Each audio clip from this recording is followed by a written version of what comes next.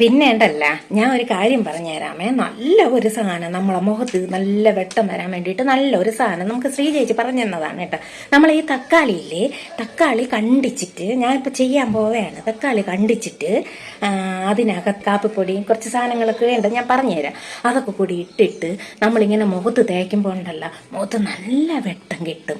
ഞാനേ ഇന്നാള് പിന്നെ ന്യൂ ഇയർ ഫംഗ്ഷന് പയ്യേ, അപ്പോഴാണെങ്കിൽ ഉണ്ടല്ല നമ്മളെ ശശിയെണ്ണ എന്നെ തന്നെ നോക്കണം. കുറേ സമയം കൊണ്ട് എന്നെ തന്നെ നോക്കണം. കുറേ നേരം നമ്മൾ ഒരാൾ നോക്കിക്കൊണ്ടിരിക്കുമ്പോൾ നമുക്കൊരു ഇതല്ലേ. ഞാൻ ഇങ്ങനെ ശ്രദ്ധിച്ചപ്പോൾ എന്നെ തന്നെ നോക്കണം. അവസാനം ഞാൻ നിവർത്തിയിട്ട് ശശിയണ്ണ എന്നോട് ചോദിച്ചു, ശശിയണ്ണ എന്തിരിങ്ങനെ നോക്കണതെന്ന്. അപ്പൊ ശശിയണ്ണൻ പറയല്ലേ, നിന്റെ മുഖത്തെന്തടി നല്ല ഒരു തിളക്കം ഉണ്ടല്ല എന്ന്. എനിക്കങ്ങ് പങ്കമായി. എന്തെന്നാ, പണ്ട് ശശിയണ്ണൻ എന്നെ കെട്ടാൻ വേണ്ടി ഇരുന്നതാണ്.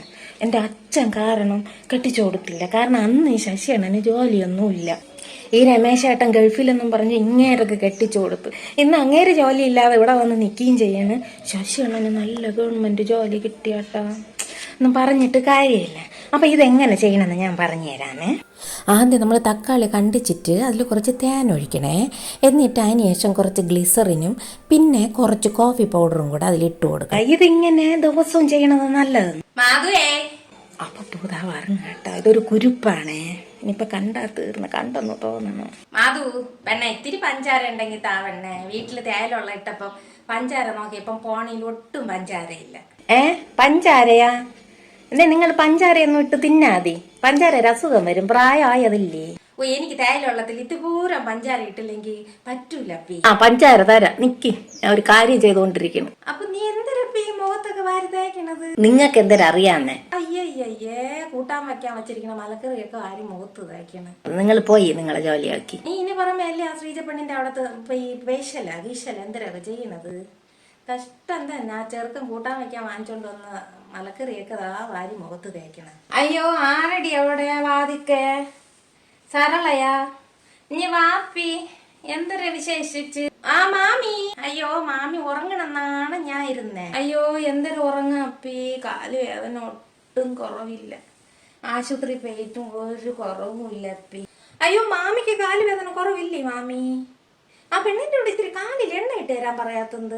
അവളതാ ചെറുപ്പം വാങ്ങിച്ചോണ്ടോന്ന മലക്കറി എല്ലാം മുഖത്ത് വരെ തേച്ചോണ്ട് അതായിരിക്കണം. അയ്യോ, എന്തൊരു പറയാൻ, തലതെറിച്ചവള് വന്ന് കയറിയത് മുതൽ എന്റെ കുടുംബം തൊലഞ്ഞ് എന്റെ പിള്ളേരെ ജീവിതം പോയി. നോക്ക്, അവിടെ പോയി അവര് കുത്തിത്തെരിപ്പുണ്ടാക്കിയിരിക്കണ. ഈ കിളവരെ കാലിൽ ഞാൻ എണ്ണ ഇട്ട് കൊടുത്തിട്ടാണ് ഇനി വന്നത്. വാ, നീ ഇട്ട് ഇത്തിപോലെ എണ്ണ എടുത്ത് എന്റെ കാലിൽ ഉളുമ്പിയിട്ട് അവള് പോയി. എനിക്ക് എന്റെ വിധി വെള്ളം കുടിക്കാതെ ചാവണം. എനിക്ക് ദൈവമേ, എന്റെ ജീവിതം പോയി, എന്റെ പിള്ളേരെ ജീവിതവും പോയി, എന്റെ കുടുംബം തൊലഞ്ഞേ.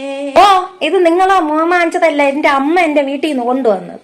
ഓ, പിന്നെ നിന്റെ അമ്മ വാങ്ങിച്ചോണ്ട് വന്നത് തന്നെ. എന്റെ പിള്ളേ ഇഷ്ടപ്പെട്ട് വാങ്ങിച്ചോണ്ട് വരണത് ഉള്ള അമ്മ വരണ കൊറേ കൊണ്ട് ഉള്ള അമ്മ. നിങ്ങൾ ഞാൻ എന്റെ സ്വന്തം അമ്മയെ പോലെയാണ് നോക്കണത് കേട്ടാ. ഇവര് പറയണ കേട്ടാ, ഞാൻ എന്റെ സ്വന്തം തള്ളയെ പോലെയാണ് നോക്കണത്. പിന്നെ അവൾ എന്നെ സ്വന്തം തള്ളയെ പോലെ നോക്കണം. സ്വന്തം തള്ള തന്നെ. അയ്യോ, എന്റെ മോള് വന്നെങ്കിൽ മതിയായിരുന്നു. ഞാൻ ഇന്നാളും ഫോൺ വിളിച്ചതാണ്, ആ പെണ്ണിനെ കണ്ടില്ല. പെണ്ണ്, നീ കിടന്ന് നാക്ക് കാണിക്കാതെ ഇത് കുത്തിത്തിരിപ്പുണ്ടാക്കാൻ വരണ കണ്ട അവള്.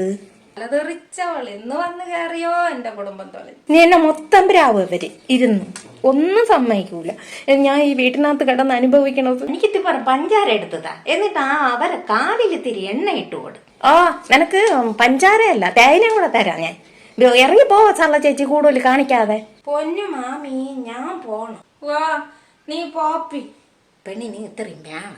പൊന്നപ്പി, ഞാൻ പോണം. ഞാൻ വേറെ എവിടുന്നെങ്കിലും പോയിട്ട് പോരാം. പഞ്ചാര വാങ്ങിച്ചോളാം. തെറിച്ചവൾ എന്ന് വന്ന് കയറിയോ എന്റെ കുടുംബം തൊലഞ്ഞു. എവരെത്ര കിടന്ന് കീറിയാലും ഞാൻ ഇത് ചെയ്തിട്ടേ മാറും. ശശി എണ്ണാണെങ്കിൽ എന്നെ എപ്പോഴും നോക്കും കേട്ടാ.